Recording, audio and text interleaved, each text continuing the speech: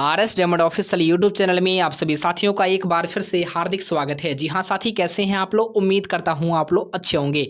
साथी, आज एक बड़ी खबर निकल करके आ रही, खास करके वैसे भर्ती जो लंबे समय से सीटेट बीटेट और एस्टेट उत्तीर्ण करके शिक्षक बहाली के इंतजार में थे। ऐसे में साथी कहीं न कहीं आज विधानसभा सत्र के दौरान बजट पेश हुआ है और बजट पेश का PDF साथी आज आपको स्क्रीन पर भी दिख रहा होगा।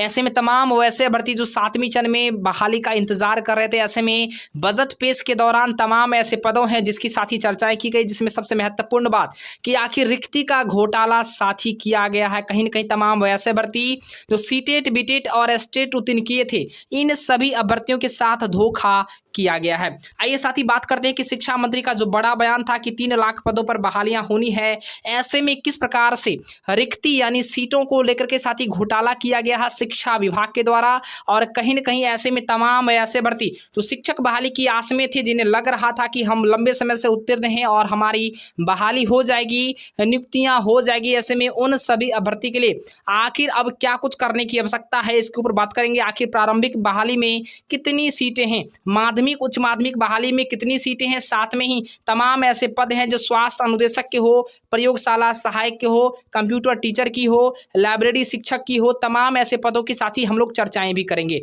तो सबसे पहले आप लोग को साथी ऊपर में दिख रहा होगा बजट आज साथी जो है यह पेश हुआ है, खास करके सरकारी नियोजन को लेकर के साथी बात करेंगे। तो सबसे पहले साथी आप लोग को ऊपर में दिख रहा होगा कि राज्य के विभिन्न पदों एवं सेवाओं में नियुक्ति हेतु बिहार लोक सेवा आयोग मतलब BPSC के माध्यम से, साथ में बिहार कर्मचारी आयोग के माध्यम से और बिहार तकनीकी आयोग के माध्यम से। तो साथ ही BPSC के माध्यम से 49,000 पदों पर बहाली होनी है, बिहार SSC के माध्यम से 2900 बहालियां होनी है और बिहार तकनीकी आयोग BTSC के माध्यम से 12,000 पदों पर बहाली होनी है। टोटल पदों की साथी अगर चर्चा कर ले तो 63,900 पदों पर साथी बहाली होगी। कुल मिलाकर साथी इन तीनों आयोग के माध्यम से 63,900 पदों पर बहालियां की जानी है। अब साथी बात करते हैं जो सबसे महत्वपूर्ण है शिक्षक बहाली को लेकर के। इससे पहले महत्वपूर्ण खबर साथी एक और आ गई है, तमाम ऐसे भर्ती जो खास करके बिहार पुलिस बनना चाहते हैं, इसमें बहाली को लेकर के साथ ही अपडेट किया गया है। ऐसे में बिहार पुलिस के सुदृढ़ीकरण हेतु बढ़ती जनसंख्या के अनुपात में आवश्यकता आधारित सीधी नियुक्ति हेतु बिहार पुलिस कर्मियों के लिए 75,543 पदों को स्वीकृति साथी कैबिनेट की बैठक में मिली थी। इसके बाद फिर से इस बार बजट भी पेश किया गया है। मतलब साफ है कि अब जो है बिहार पुलिस में 75,543 पदों पर बहाली बिल्कुल कम यानी होना आरंभ हो जाएगा।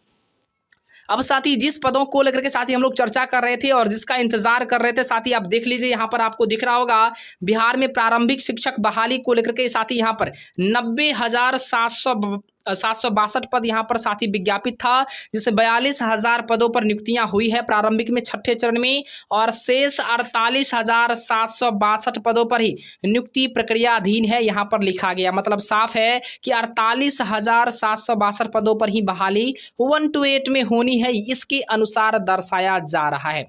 अब साथी बात होती है कि आखिर शिक्षा मंत्री और तमाम ऐसे रिक्तियां हैं, तो 1,29,048 रिक्तियां थी, आखिर उसका क्या होगा? तो साथी इसके ऊपर बताएंगे क्या सच में इतनी ही रिक्तियां रहेगी, इसके ऊपर भी साथी बात करते हैं। लेकिन उससे पहले एक महत्वपूर्ण खबर साथी देख लेते हैं कि बिहार राज्य के मध्य विद्यालय में शारीरिक शिक्षा एवं स्वास्थ्य अनुदेशक के 8,386 पद थे, जिसमें 2,500 पदों पर साथी बहाली हो चुकी है और 5,886 पदों जो है प्रक्रियाधीन है। मतलब इस पर बहाली होनी अब बाकी है। तो कहीं ना कहीं इसमें स्वास्थ्य अनुदेशक और फिजिकल टीचर की बहाली की भी साथी इसमें चर्चाएं की गई है।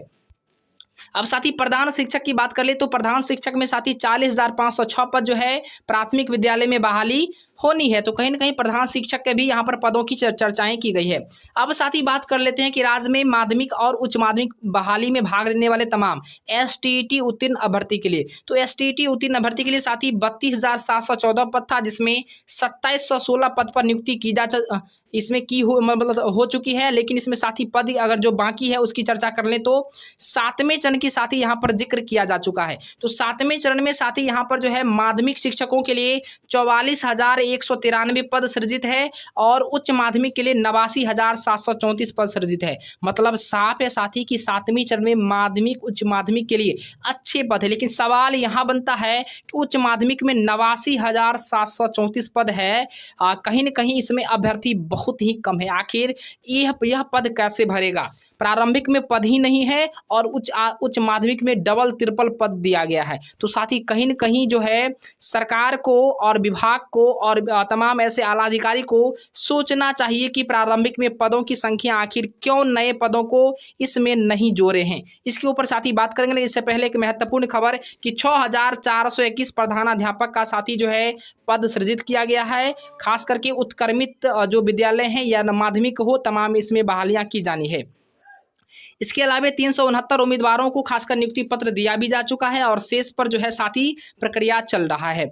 इसके अलावा तमाम ऐसे पदों की चर्चाएं की गई जिसमें साथी पॉलिटेक्निक संस्थान है, उसमें 522 जो शिक्षकों की नियुक्ति की जानी है। उसके अलावा 217 नए शिक्षकों की कर्मियों की बहाली जो है साथी पॉलिटेक्निक संस्थान में नए पाठ्यक्रम संचालन हेतु की जानी है। तो साथी कहीं न कहीं उसके अलावे कह ले तो यहाँ पर आपको बिहार लोक सेवा आयोग में 48 अभ्यर्थियों को नियुक्ति पत्र मिला है असिस्टेंट प्रोफेसर के रूप में। और कहीं न कहीं सरकारी सेवा की अगर बात कर ले तो 2022 में भी जो व्याख्याताओं की यानी जो प्रोफेसर की बहाली होनी है 356 पदों पर होली है। अब साथ ही बात करते थे कि आखिर प्रारंभिक में जो 1 to 8 की बहाली है इसमें आखिर इतना पद क्यों कम है। तो साथ ही यहाँ पर सिर्फ छठे चरण के पदों को जोड़ा गया है, 7वें चरण को इंक्लूड नहीं किया गया। और कहीं न कहीं बिहार के तमाम सीटेट बीटेट उत्तीर्ण अभ्यर्थी के लिए नाइंसाफ़ी है। इसमें इनको नए पदों को भी सृजित करना चाहिए जबकि ऐसा नहीं किया गया है। यह बिल्कुल नाइंसाफ़ी है और कहीं न कहीं तमाम अभ्यर्थी के साथ घोटाला है, रिक्ति का घोटाला किया गया है। शिक्षा मंत्री बार बार कहते थे कि 3 लाख पदों पर बहाली होगी, लेकिन साथ ही यहाँ पर कहीं से आपको 3 लाख पद नज़र नहीं आ रहा। और कहीं न कहीं यह आने वाले समय में शिक्षक भर्ती के द्वारा इन सरकार और नेता को यानी कह ले तो तमाम मंत्रीगण को लगभग जो है पूरी जानकारी इनको मिल ही जाएगी। समय आने पर इन्हें पता चल जाएगा कि आखिर बिहार के युवा के साथ धोखा और रिक्ति का धोखा कितना मुश्किल होता है। फिलहाल साथी आप लोग का क्या राय विचार है, शिक्षा मंत्री जी ने क्या गलत किया है, मंत्री का क्या घोटाला रिक्ति घोटाला कितना सही है, और कहीं न कहीं क्या सच में 7वें चरण में पद जुड़ना चाहिए या नहीं जुड़ना चाहिए, कमेंट करके बताना। और साथ ही वीडियो को ज़्यादा से ज़्यादा शेयर करें ताकि यह बात जो है हर जगह फैल सके और 7वें चरण प्रारंभिक बहाली में ज़्यादा से ज़्यादा पदों को इसमें जोड़ने की बातें शुरुआत हो सके। जय हिंद, वंदे मातरम।